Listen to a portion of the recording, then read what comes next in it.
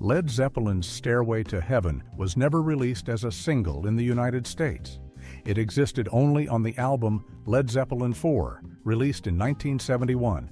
FM programmers adopted it anyway, precisely because of its structure. The song opens quietly, builds slowly, and runs past 8 minutes. For a DJ who needed to step away from the board or bridge between a soft block and a hard rock set, it essentially programmed itself. The song was played so frequently on AOR stations that it became one of the most requested songs in American radio history. By the 1990s, no Stairway signs reportedly appeared in guitar shops nationwide, reacting to the endless parade of beginners playing those same opening notes. A song that never had a U.S. single release became one of the most played tracks in FM history. It wasn't demand that made it unavoidable, it was utility. And utility, over time, turns into exhaustion. If I leave here tomorrow. Free Bird by Lynyrd Skynyrd was recorded in 1973. The studio version peaked at number 19 on the Billboard Hot 100 in 1975. A live single reached number 38. Neither of those chart positions suggests a song that would become the default closer for cover bands across the United States for the next 4 decades. Neither position explains how the 9-minute live version became a staple of Southern rock bar culture, played at closing time in dive bars from Georgia to Oregon, in venues that had nothing to do with the song's origins.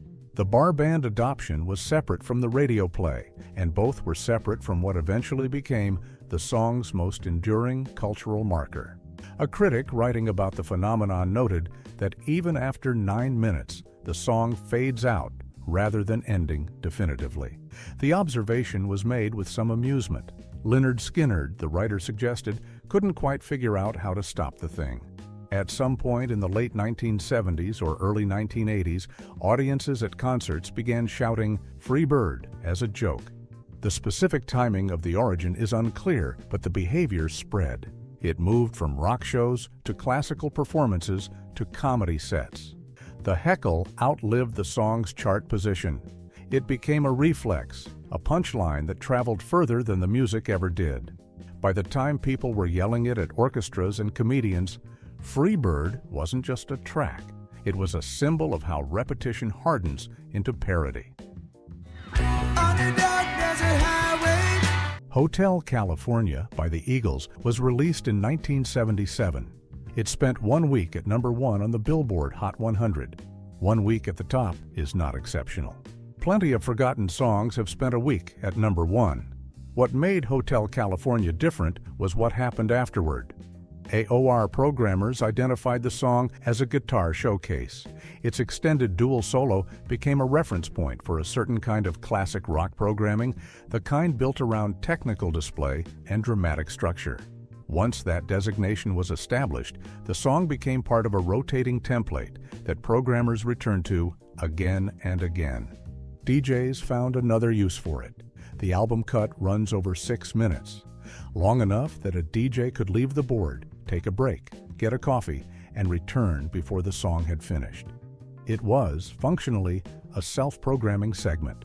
For years, a rumor circulated that the song was written about Satanism or was a coded reference to a specific Church of Satan facility in Los Angeles. The Eagles addressed this directly and repeatedly. The song was, they said, about excess and the music industry, about the seductive and consuming nature of the Los Angeles lifestyle they had witnessed and participated in. The Satanism reading was not supported by the band, the producer, or the lyrics in any literal sense, but the rumor gave the song an additional layer of cultural stickiness. People who might not have cared about classic rock radio heard about the controversy and sought the song out.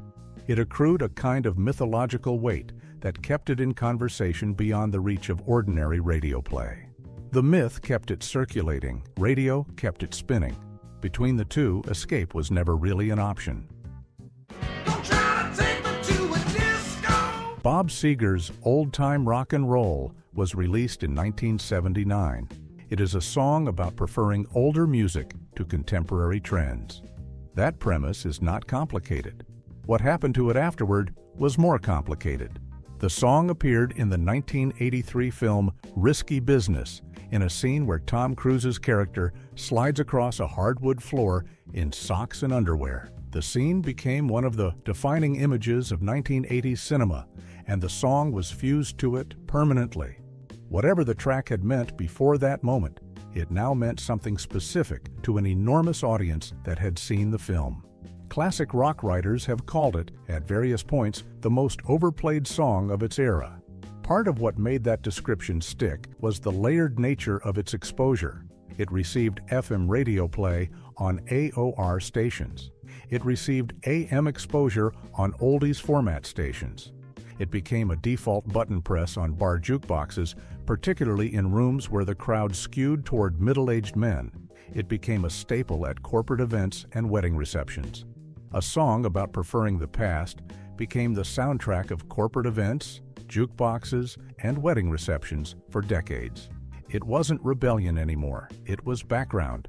And background music is the hardest thing to love once you've heard it too often.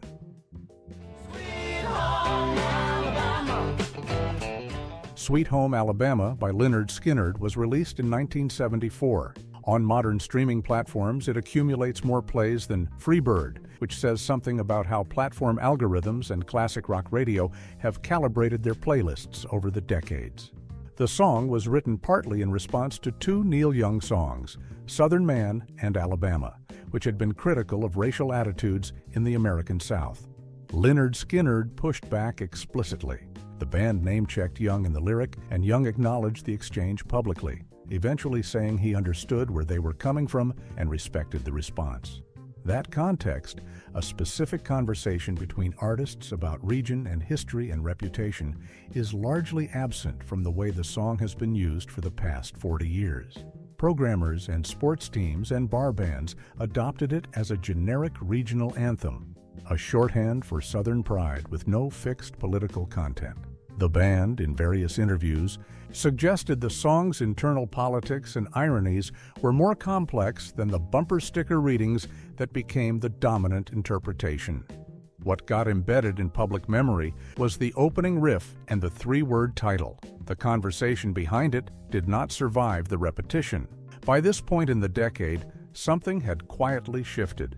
It wasn't just that these songs were popular, they had become unavoidable.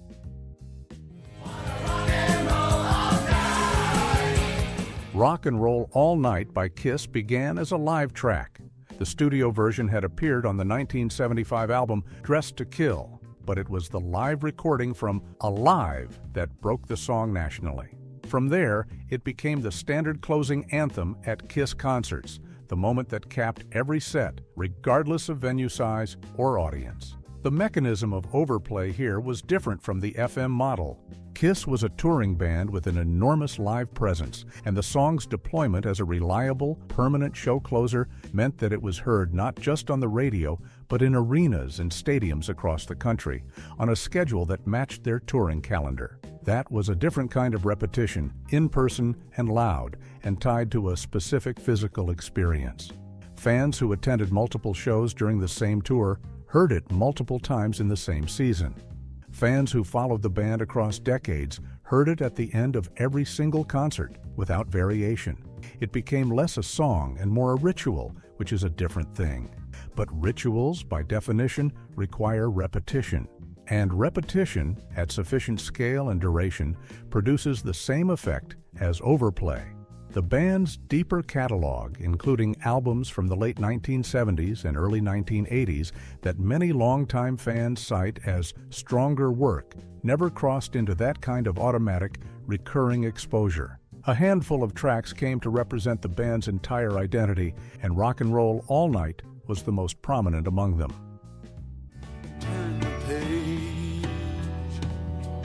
Turn the Page by Bob Seger was released as a studio track in 1973 and as a live single in 1976. It never reached number one on any major U.S. chart. Ask most people who grew up listening to classic rock radio whether it hit number one, and a significant portion will say yes.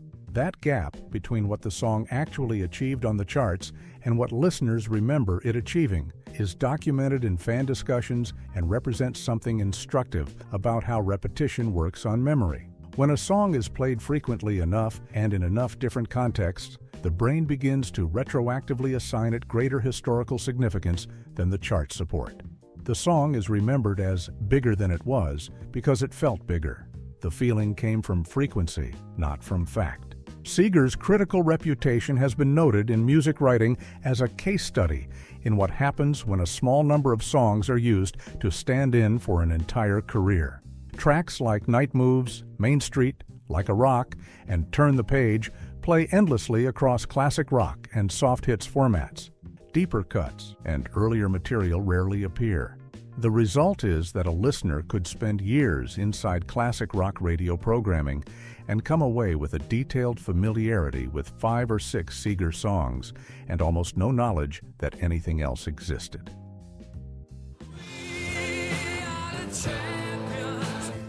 We Will Rock You and We Are the Champions by Queen were released together in 1977 on the album News of the World. Many radio stations and sports venues have played them back-to-back for so long that a portion of the listening public understands them as a single track. They are not a single track. They are 2 separate songs with different composers and different structures. But the pairing was so consistent across so many platforms that the distinction collapsed in practice. The more significant story is what the songs did outside of radio entirely. Crowd participation, the stomp-stomp-clap pattern that opens We Will Rock You, turned the song into a participatory ritual at sporting events. It required no amplification. It required no DJ. Thousands of people in a stadium could perform the rhythm with their own hands and feet, which meant the song existed as a physical act, not just a sound. That is a kind of overplay that has no measurable limit. Radio plays a song a finite number of times per day. A stadium audience can sustain We Will Rock You for as long as the momentum holds. It became institutionalized in professional sports in the United States, in international football, in Olympic venues. Queen's more harmonically sophisticated work, including elaborate concept pieces and tracks that required multiple listens to unpack, almost never appears in those settings. 2 songs built for maximum simplicity and crowd participation came to represent the band in public spaces, possibly for as long as those sports continue to be played.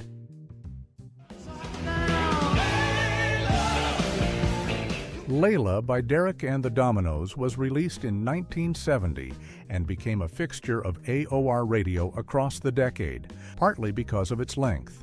The album version runs over 7 minutes, long enough to be structurally useful for programmers who wanted dramatic pieces that could fill blocks without requiring attention. The piano coda that closes the track was written by the band's drummer, Jim Gordon. Most listeners who have heard it across decades of radio and film placements have no idea who wrote it or anything else about its origins. It is simply the part that arrives, quietly, after the guitar resolves and signals the end. In the 1990s, Eric Clapton recorded an acoustic version for his Unplugged album. That recording entered a separate radio rotation on adult contemporary formats. There are listeners who find both versions overplayed who have spent years hearing different arrangements of the same song in different contexts without the 2 ever quite touching. The fatigue with Layla spans 2 very different recordings and 3 decades of repetition.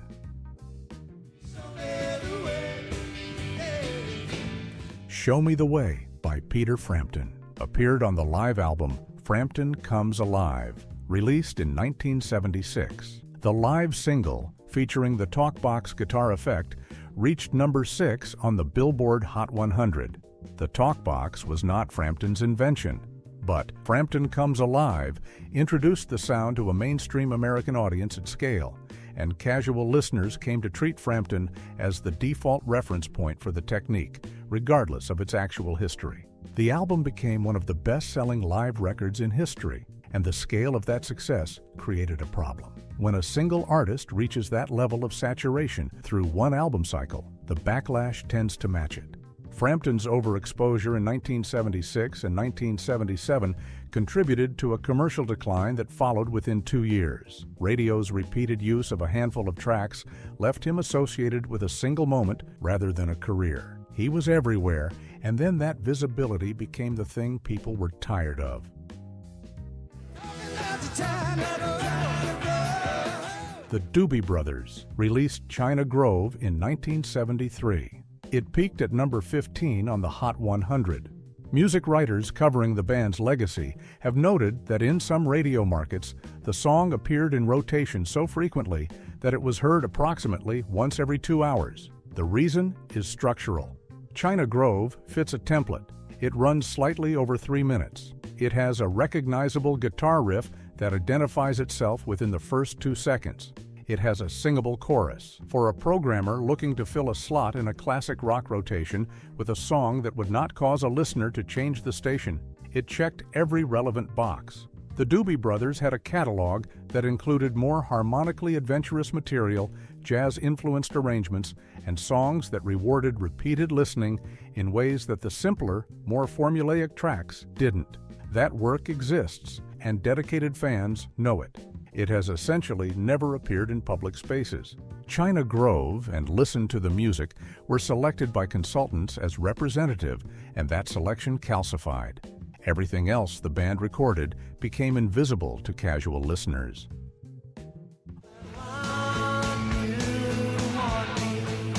I Want You to Want Me by Cheap Trick was recorded as a studio track in 1977. It was relatively overlooked in that form. The live version, recorded at Budokan Arena in Tokyo in 1978 and released on the album At Budokan in 1979, performed substantially better.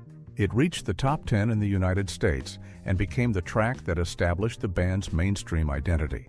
Cheap Trick's catalog includes material that long-term fans describe as considerably darker and more experimental than the power pop image attached to them through radio. That image came almost entirely from the rotation of the Budokan recordings, primarily I Want You to Want Me and Surrender. The contrast between how the band is known through radio play and how they are known among dedicated fans is, as one music writer put it, a textbook case of canon flattening a band's identity. The live success also set a commercial expectation that the band's subsequent studio work struggled to meet. Radio programmers returned to the Budokan tracks because they were familiar and proven. New material that did not immediately replicate that sound received less support. The overplayed version of the band became, in some ways, an obstacle to the band's actual development.